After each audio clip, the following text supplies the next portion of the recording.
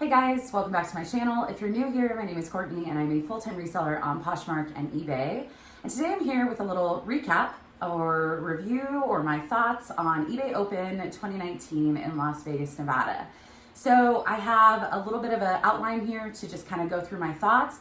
I will also, so I'll basically share why I went, what I thought was the best or worst part about it, 10 takeaways, I think I have 10, and then I also have about 7 things that I picked up at some Vegas Goodwills while I was there. Just briefly stopped in and picked up a few things. So I am going to try and get this video in organized and timely fashion. So there's probably a lot more I can say about the event. It's a multi-day event and I just can't possibly share everything, but I just thought I would give you a little recap and hopefully that will help if you're thinking about maybe going next year. Yeah, so if you aren't already subscribed and you are a reseller or like reseller content, definitely consider hitting the subscribe button down below. And if you enjoy these videos of me sharing, hit the thumbs up. It means a lot to me. So I went to eBay Open. I decided to go to eBay Open right when they announced tickets. Last year, I started reselling in general part-time before eBay Open. So I started July 1st and then eBay Open is late July. I've had to go to a lot of work conferences for previous jobs where it's a responsibility as part of your job, either to go speak, either to go learn, either, to go network. And conferences are easy for me. I think they can be long days, but they're pretty easy for me to maneuver and they're not new for me to just be around a whole bunch of random people. Difference with this is I had met a couple people in real life and I do feel like I've met virtually a few people from social media, so I felt like I wasn't going to a room full of strangers, but I still kind of wanted to remain on my own and not rely too much on anyone, because the best way I meet people is when I sit down at a table at lunch with just a whole bunch of people I've never met and never talked to and never engaged with, and then all of a sudden I'm sitting by people who aren't on social media but have things to share and things that I can maybe learn from. So that was kind of my goal. I was excited to see people I wanted to see in person. Of course, the networking is great, but I really wanted to hone in on how many people could I meet that maybe I don't know from social media. And I think I accomplished that. So why did I go, or why did I want to go? Networking, that I think you can do at most eBay or Poshmark events. So I knew even if I didn't go to eBay Open, I would have plenty of opportunities to go network with other sellers at other things. The main reason I was going is I've been selling on eBay since December 15th, and I have a lot to learn. I have heard people say certain things, and so I'm like, yep, that's the way that everyone's saying they're doing it. I've got to do it that way. But I wanted to be able to go talk to eBay people, like eBay employees, bring up some questions that maybe I don't want to bother people on social media with, or maybe that I just want to hear from just multiple people. And I just wanted to go hear all the sessions and workshops and see what information I could kind of pick out that maybe I would want to apply to my own business, because I do see eBay as the future of the growth of my business, of my small business.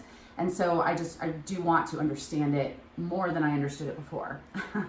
So it was, I think, about $300, the early bird ticket. I can't remember the exact amount. That seems like a lot for the ticket, but that included all your food. It included a lot of freebies, a lot of knowledge, a lot of one-on-one with eBay. It also included, one of the main reasons I decided to fork over that money was because I heard that they had access to Concierge last year. If they attended, sellers who attended eBay Open would have access the following year to Concierge. Now, I'm not here to say if that's right or wrong to only give Concierge, and I don't even know if it's only given to people who go to eBay Open. I think I heard someone say from eBay that 20% of sellers have access to Concierge. But what that is that when you have a problem, when you need to talk to someone at eBay, you have a different phone number and access to a team in the US called the Concierge team. And I think it's just shorter waits. It's a lot of sellers, is my understanding. Like, I've already called them and talked to someone who has been selling for a long time and just kind of understood what I was going through. And so, yeah, I've never had a bad experience talking to eBay in general. I've heard other people have, and I think that's just, you're going to have some challenges when interacting with customer service in general at times, but I've had great experience with eBay customer service for every reason. So But Concierge, I think, gives me a little bit more comfort knowing that if there's a problem, I was told that they seem to help a little bit more. I'm not sure if that's true, but that to me is worth the money in it itself. But this also was not easy for me to go this year. I am a new full-time reseller. I had not been a full-time reseller for even a year, and I have bills to pay, and I have just me. I've got a mortgage, I've got a car payment, and it's summer slowdown for me. And so this was a really financially difficult decision, because even though it's a business expense and I can write it off for tax purposes, it still has to come from somewhere. And so it was, I think, $300 for the ticket, and I think it was like $120 each night, somewhere around there, for the hotel. I didn't stay at the conference hotel. I stayed nearby for choice. Everything was about the same price, but I just wanted a little bit of division for my own sanity to kind of escape if I needed to. Yeah, so that's why I went. I think I got all that and more. The best part about eBay Open for me was definitely meeting people. That's always great, and I do look forward to seeing people, new to me people, and people that I had already met on social media. It was just great to kind of connect with other sellers. And but the best part for me was really the workshops, the sessions, and having that one-on-one time with eBay employees. One of my closest friends in San Francisco was actually my product development manager, and he was awesome, and I got to work with him a lot on product related stuff. And so when I found in the eBay product managers, I was like, these are the problems, these are the bugs I'm encountering, and they've already resolved the couple things they brought up. So I just was really happy to see so many eBay employees and have that one-on-one time with them. The worst part for me, I don't really think, I think some people had some grievances around just operational stuff around the conference. I didn't really care too much. I think one in particular that I heard people talk about was when they had, like, here's the workshop on seller protection. They would list the eBay employee that was kind of hosting it, but if there were sellers that were on that panel, those sellers weren't mentioned, I think is what the complaint was. I wasn't really too worried about finding certain sellers. If I followed someone on social media and they had a panel, I would definitely try and go, but I was really going for the subject matter, and whoever's on the subject matter, that was great to me. So that wasn't really a problem for me. Everything was smooth. I've gone to a lot of conferences. The food was good. The flow, the amount of staff. So if you ran into a question, there were just plenty of people there. So yeah, I didn't think there was a worst part, other than it's just an expense, and that's hard to do if you are running thin on your business. But that's an investment, and it's just a decision that I chose to make, but it may not be for everyone at every year. So I just wanted to jump into a few things, a few notes of some takeaways that I just had in my notes I thought I would mention. And I think if you want to know about specifics that were announced at eBay Open, there are probably lots of videos of things that were announced. So if I don't talk in great detail about it, I'm sure you could just go, look it up on YouTube and find other people talking about it. Probably one that I was pretty excited about, because it might actually mean that I'm going to allow returns soon in the near future, is seller protection. So I haven't really been burned on eBay too much. I have had a couple situations on Poshmark where I feel like I was scammed and kind of lost out on some money. And I think it's hard. It's a hard balance to follow. I think there are scammers as buyers, and I think there are not very truthful sellers. Probably not many, but I do think they exist on both sides. And I think it must be very difficult for eBay to make decisions when certain things pop up or a scam potentially happens. However, I think what they looked at was, if you are a seller in, I think, top rated status, if you, I think you're a top rated status and you allow returns, you basically would have the seller protection that if you felt you were scammed by a buyer, there's a little bit more that you can do. Either get financial protection from eBay, so they would actually give you a percentage or all back, and just a little bit more protection there. And I think that got a round of applause by a lot of people, because I think it's been what people have been asking for a long time. It's just more seller protection. And why is this exciting to me? Because I don't currently do returns. I've heard a lot of people on YouTube say, I sell used clothing, I'm not going to allow returns, people can rent things. You know, it's funny, I don't buy anything if a business doesn't allow returns. So as a buyer, my buying nature, I am a returns-based person, and I almost never return anything, but I like having the option.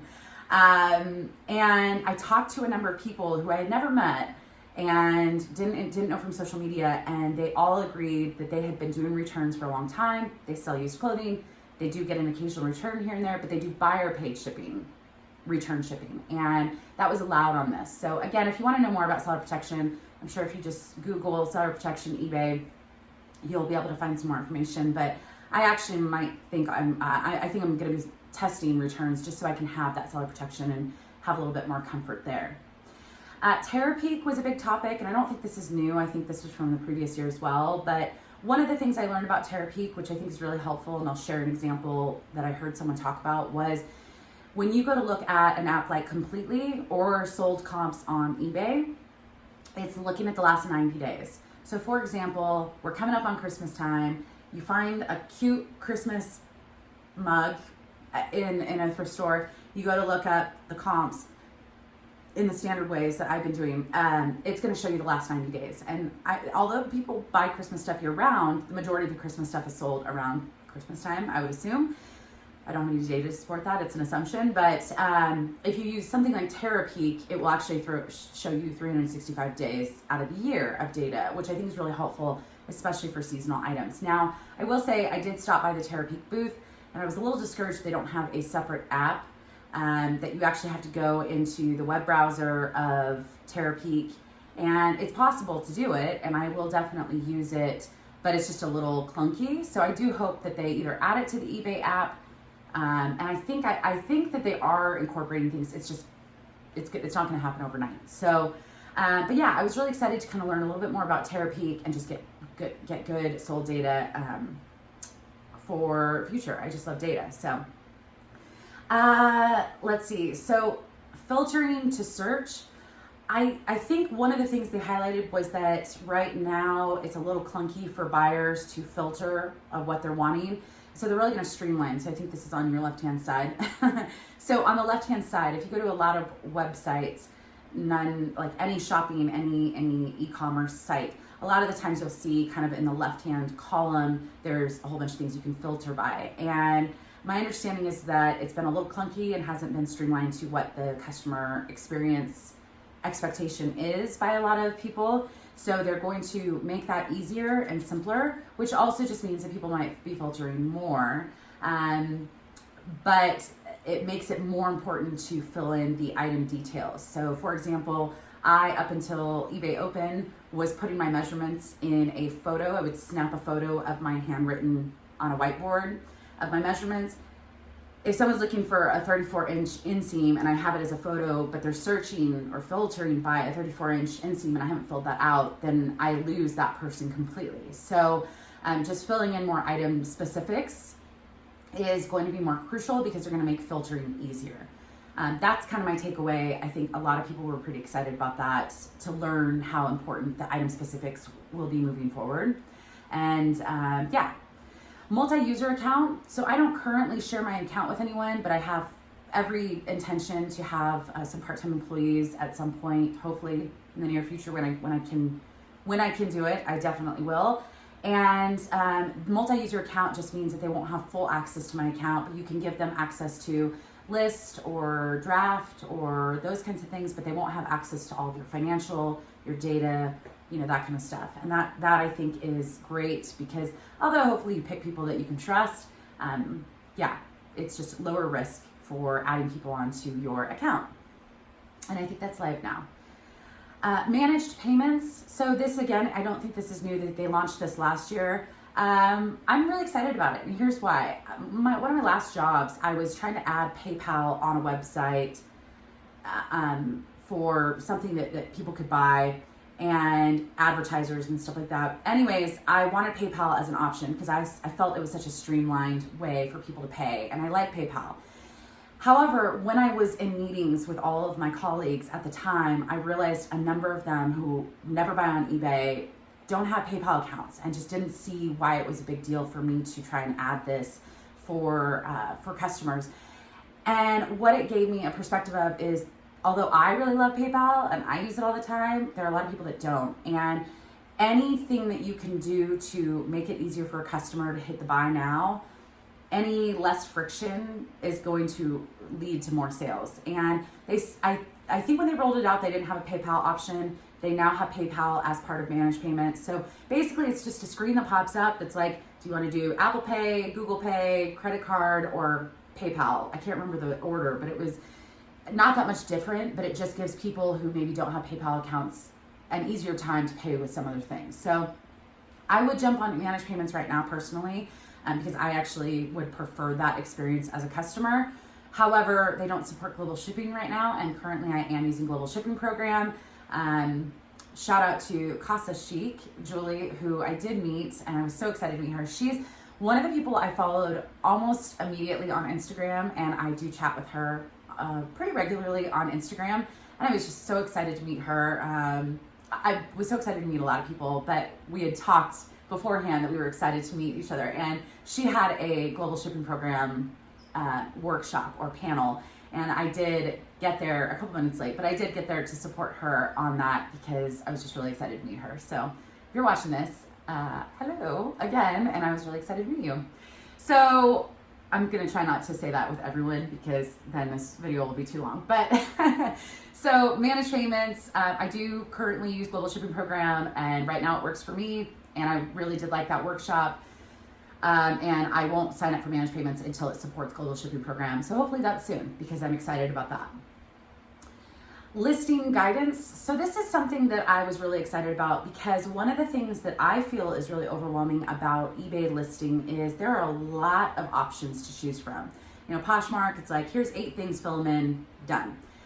eBay, it's like, here's 50 options. Some are required, some are not. And it's like, what should I... Sometimes I'm just like, do I really need to fill that in? Now, as I mentioned, item specifics will be more important to fill in, but listing guidance is basically, it's not live yet, but it will be live soon, where it basically says for this category, for a women's shirt or women's blouse, which you've already indicated, these are the things that people tend to filter by the most. So maybe it's the measurements, like chest to chest or top to bottom. Maybe it's the color. Maybe it's the neckline, the sleeve length. And so it will actually put in and show you a percentage of the amount of people filtering that you're gonna miss out on if you don't fill in that area. So I don't think I'm gonna be the best person to explain it, but listing guidance, guiding you to what they think will be best for you to fill in for that item specific or that item that you're listing.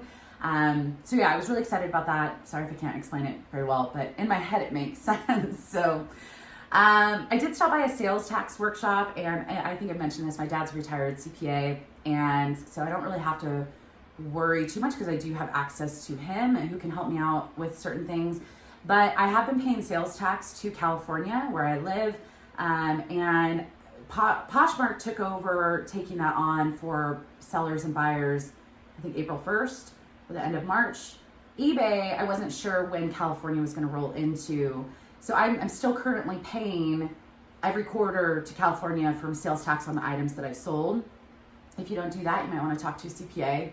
Or if you're selling on these 2 platforms, they might be doing it for you, and just good to look into that. But so for California, for me, October 1st is the day that eBay will start collecting for all California buyers, which means I won't have to file a separate sales tax return quarterly unless I'm selling off of Poshmark or eBay. So that was kind of exciting. And the other thing that I heard a number of different panelists talk about, which I thought this was a really interesting takeaway, and I'm going to try and speed through the next couple things, is sales tax for a lot of people for a lot of states started months ago for a number of states, and for Poshmark started for I think all the states April 1st. And when buyers go to a final screen before they hit offer, before they hit buy now, they're now seeing an additional percentage of money that makes the total look a lot more. So I do think that maybe if you've seen an increase in lowball offers, it might be because people get to that screen, see that sales tax, go back, edit their price, because what they were willing to pay $30 for before was $26 and $4 shipping or something. All of a sudden now they've got $3 extra on sales tax that they're seeing before they check out, that might turn them back to go, oh, I don't want to pay $33. I'm comfortable with 30. So then they go back and they adjust. So I think just being sensitive to what the buyers, I'm currently trying to buy more on eBay specifically, just for my house, for my life, and I'm trying to support the platform more. And so I'm encountering that a lot more as a buyer, where I see the sales tax pop up and I'm like, oh, on all these different platforms, that's higher than I anticipated. So just to keep in mind that buyers' experience has changed. And so if you have noticed any changes, it might be related to that. Managed shipping, I was pretty excited about this. Not for me now, because a lot of my products are cross-listed, but if I ever start getting into things like wholesale or anything like that, that seems like a really good option. Definitely look at managed shipping on YouTube if you want to learn more, but it's kind of like they'll have centers where you can send in your stuff and they'll sell it, kind of like some other platforms, I believe like Amazon, Walmart have that. The difference between promotions manager and promoted listings. So promotions manager is, so promoted listings, you can basically, when you create your listing, check off a box and say, yep, I just want the going rate of what, to get my listing to move up in a promoted way. Promotions manager is different if, let's say you want to run a sale and you want to do 10% off your whole store, or you want to do, you know, a Memorial Day sale and you want to do 30% off everything. That's utilizing the promotions manager. Promoted listings are kind of individually on each item. And yeah, so I think there was a little confusion about that. I was glad to get clarification. Educating buyers is a journey. This was something I really, one of my favorite takeaways was educating buyers is a journey, just like educating sellers is a journey. So for example, a new seller on any platform probably is making a lot of mistakes, whether it be pricing, whether it be communication, whether it be shipping times, that type of stuff. Sellers, I think, get better with more experience. And I think the same goes for buyers. So sometimes if you get a lowball offer or weird questions, or it's just like, what is this buyer doing? This is an abnormal buyer. I don't understand you. What is going on? They might be new, and they might be new to this whole journey, this whole platform, this whole experience. And sometimes they have to learn through experience as well, meaning they might be making mistakes as buyers. So I just think to be more sensitive to buyers. I know there were some people saying they don't ever accept offers from people with zero feedback. It wasn't that long ago that I had zero feedback, and although it's a little, you know, nerve-wracking because it could be a scammer or something. Everyone starts from somewhere. If we can get more buyers to come to eBay and they're new, let's provide them a great experience. That's my mindset, at least. So, and then the last thing, just to take away, consumer expectations evolve. And, you know, I think there's a lot of people on eBay, because you have the choice to do returns or no returns, or do promoted or not promoted, or do your own shipping in like 10 million ways, do your own international shipping or use global shipping program. You have a lot of options to choose on eBay, but they do suggest certain things. And I think a lot of people say, oh, they're really pushing returns or fast and free or some of those kinds of things. eBay has a lot of data. They have data engineers, data scientists who are digging into that data. And I love data, but there are full teams that are just looking at this and how certain things are affected by certain practices. And if they're pushing certain things, it might be because, maybe not in what you're selling, but overall, it might be because that's the customer expectations that are kind of evolving as well. So anyways, that's kind of my takeaways. I did just want to quickly show you a few things I got at Las Vegas if you want to stick around for that. But yeah, overall, it was a great experience. I will definitely be going back next year. I've had this question a lot. I will not be attending Posh Fest this year. Might be in the cards next year, but eBay Open for sure. I'm a huge fan. I got a lot from it, and it was definitely worth the money for me. So yeah. So I stopped by 2 Goodwills. I did stop by the Goodwill bins in Vegas, and I got there 3 minutes before they closed, 10 minutes before they closed or something, and I was bummed. They closed at like 5, which is crazy. I don't know. Leave me a comment below if your bins close that early, but ours closed at I think 8 or 9, 8 I think. So anyways, but I got one hard good, which I think is so cute, and I don't know what to do with it. Meaning I don't know how to price it. So it does have, and you're probably not going to pick it up, but it does say, let's see if I can shine the light. It does say Japan on the bottom. It's just a little butter dish. I think it's like a speckled kind of pastel. I think it looks very anthro, very trendy. It's adorable.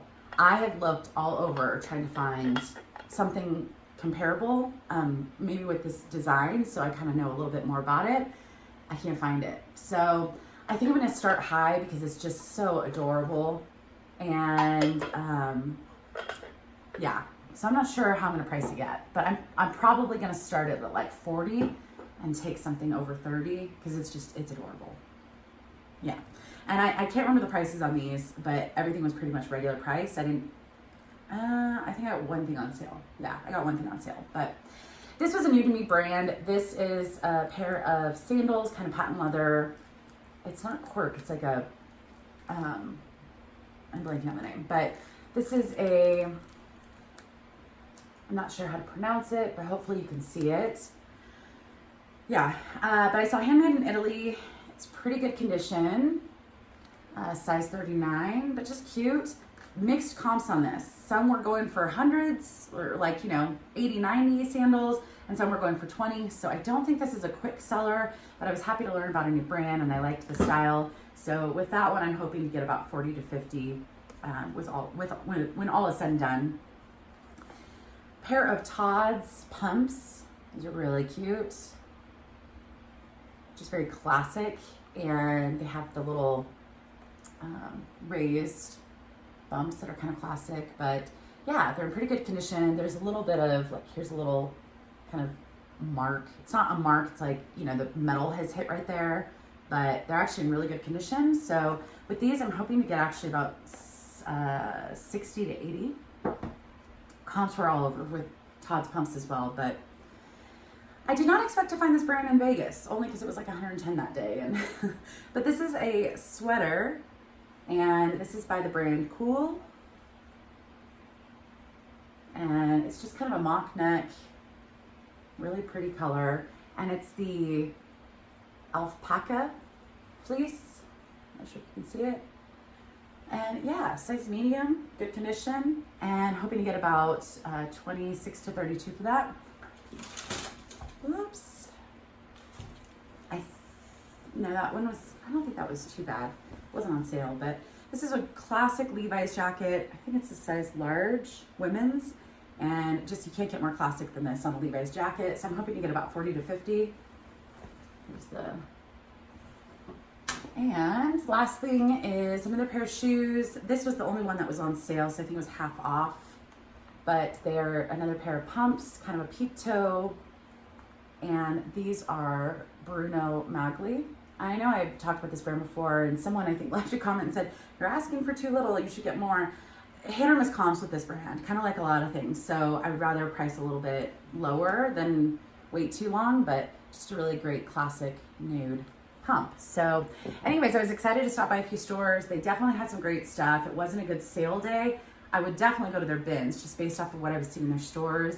But overall, I was really happy with my week and everyone that I got to meet, and new people and people I've been wanting to meet and people I've already met. So yeah, that was my eBay open experience. If you liked the video, me sharing, definitely hit the thumbs up, and I'll see you in the next video. Thanks, guys.